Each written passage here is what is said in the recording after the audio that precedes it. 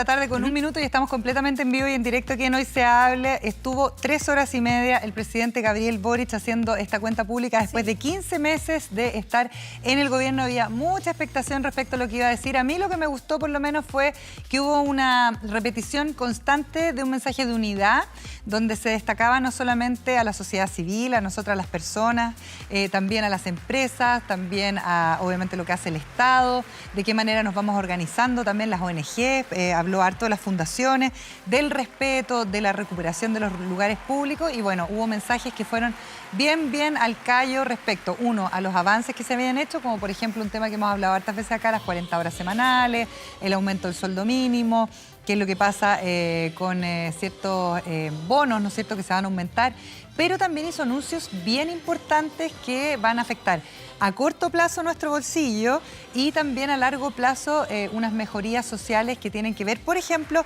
con habilitar 15 centros que van a dejar otros 23 en desarrollo de salud, ¿no es cierto?, que hoy día no estaban funcionando, salud mental, qué es lo que va a pasar con las ISAPRES, que también lo hemos conversado acá, cómo se va a mejorar la ley corta, de qué manera puede responder el sistema de salud privado a este estrés, podemos decir, económico que está viviendo, la deuda histórica de los profesores. Importante los anuncios en educación, porque no solamente eso de la deuda histórica, sino que también el compromiso por el término del CAE, que también hay muchas personas que están esperando un compromiso también de campaña del presidente y que ahora se vuelve a reforzar en su segundo discurso público, cuenta pública que se extendió por muchas horas, pero que hay más anuncios importantes, ¿no? De hecho, el segundo discurso más largo de la historia acá en Chile la tiene Boric.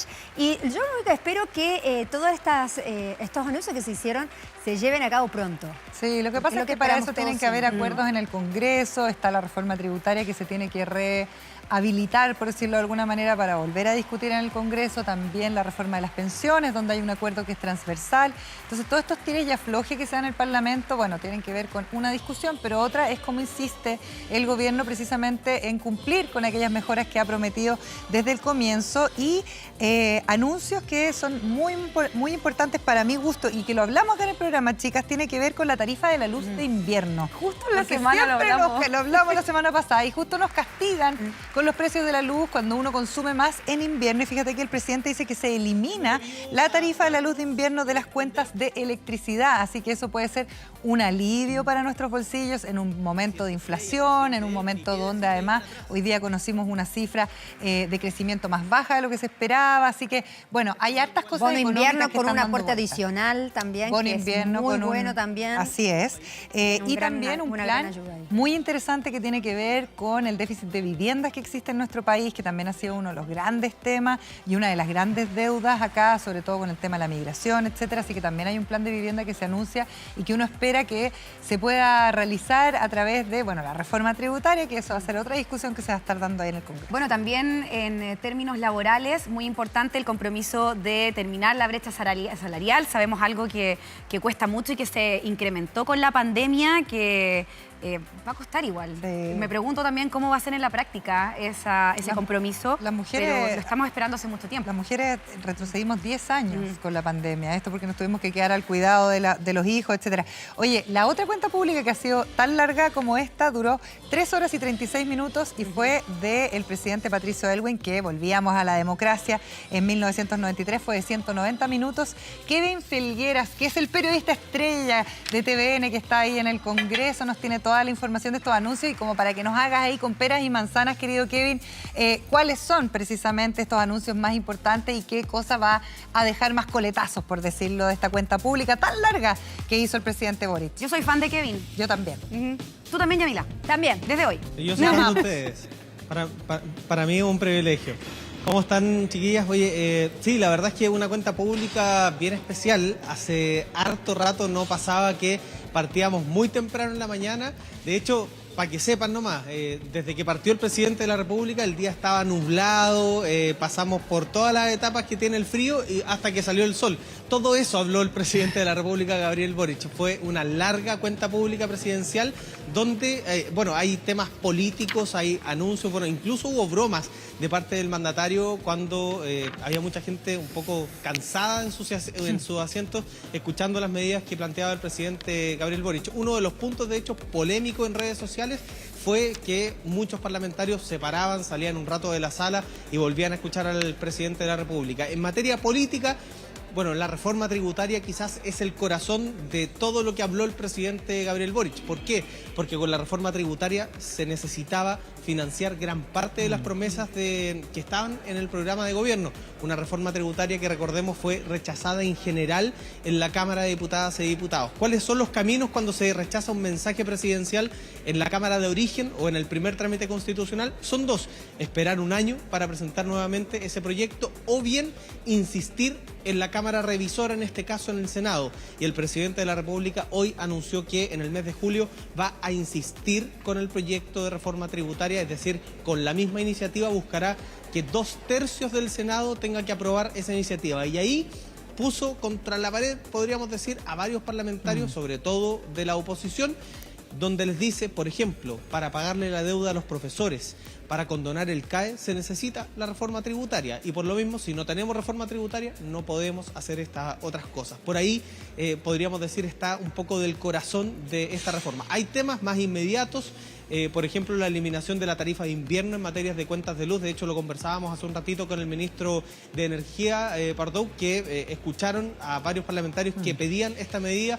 Va a ser una medida retroactiva y que sin duda va a provocar que en algunas familias o en algunos sectores se pueda generar una disminución en las tarifas de invierno de cerca del 20%, nos decía el ministro Pardoux.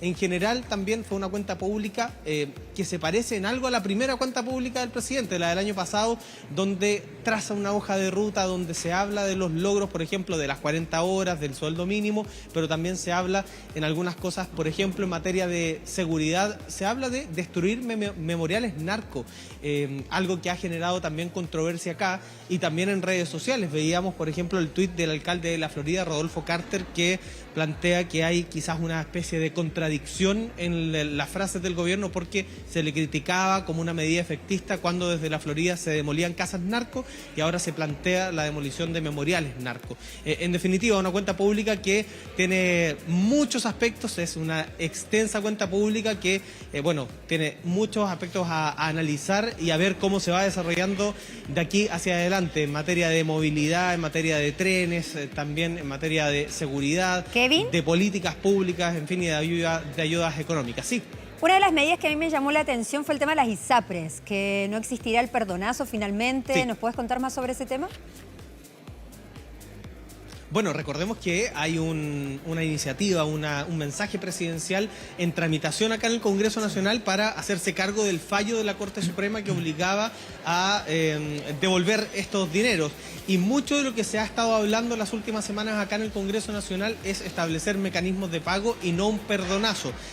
Y ahí es donde el presidente de la República, no es nuevo lo que dice hoy, pero hoy lo hace en la cuenta pública presidencial, que no puede existir un perdonazo, que hay un fallo de la Corte Suprema que debe ponerse en marcha, y de allí la necesidad de que exista esta iniciativa para poner en marcha el fallo de la Corte Suprema, entregando facultades a la Superintendencia de Salud y también generando una especie de plan de pago de las ISAPRES. Ahora bien, recordemos que hay otras mociones parlamentarias, la reforma constitucional de la senadora Jimena Rincón y Matías Walker, que son caminos alternativos, que plantean, por ejemplo, la devolución en prestaciones, en definitiva, que van generando ahí ciertas dudas en esto que algunos llaman el perdonazo. Hoy lo ha descartado de lleno el presidente de la República y es algo que ya habían dicho anteriormente desde el gobierno. Kevin, por último, preguntarte un poco el ambiente, porque uno escuchaba las palabras del presidente siempre bastante conciliador, nombró hartas veces a los parlamentarios, a la sociedad civil, las ONG, las empresas. ¿Cómo fue el ambiente post? ¿Estaba medio belicoso o estaban más bien consensuando que tienen que seguir conversando? Mira, sobre el ambiente es bien particular porque esta es la primera cuenta pública, voy a hacer las comillas, normal después de varios años de pandemia. Sí. El año pasado todavía era una cuenta pública con mascarillas. Hoy 800 invitados, todos sin mascarilla, o sea, ya volvimos a esa normalidad. Y de allí es cuando el presidente de la República también sale jugando de cierta manera con lo extenso de su propio discurso. En varias oportunidades le decía a quienes estaban en el Salón de Honor del Congreso Nacional acá en Valparaíso, bueno, están cansados o queda un espacio más de paciencia para seguir escuchando. En fin, el ambiente era bastante bueno. Hubo en un par de ocasiones algunas manifestaciones de algunas personas que pedían ciertos elementos al presidente de la República. Nosotros, y para que la gente sepa en la casa, no podemos acceder todos los medios de comunicación al interior del salón. Hay un grupo reducido de credenciales por medio, y en este caso le tocaba a mi compañero Poirot Escobedo estar al interior del Salón de Honor del Congreso Nacional, pero el ambiente que se oía era de bastante tranquilidad. Ya a la salida se produce algo que es más bien común, que la oposición cuestiona de cierta manera los anuncios presidenciales o la falta de anuncios presidenciales. Por ejemplo, lo hacen en materia de seguridad y desde el oficialismo destacan los aspectos positivos de esta cuenta pública. Pero no es nada fuera de lo común, más allá de esta vuelta a la normalidad y a estas 800 personas que repletaron el Salón de Honor durante esta jornada para esta segunda cuenta pública del presidente Boric. Kevin Felgueras, gracias por tomarte el tiempo ya desde el Congreso Nacional. Sabemos que estás desde muy temprano, así que gracias por contactarte con Hoy Se Hable. Que tengas una buena tarde. Un honor para mí, que estés muy bien. Un abrazo.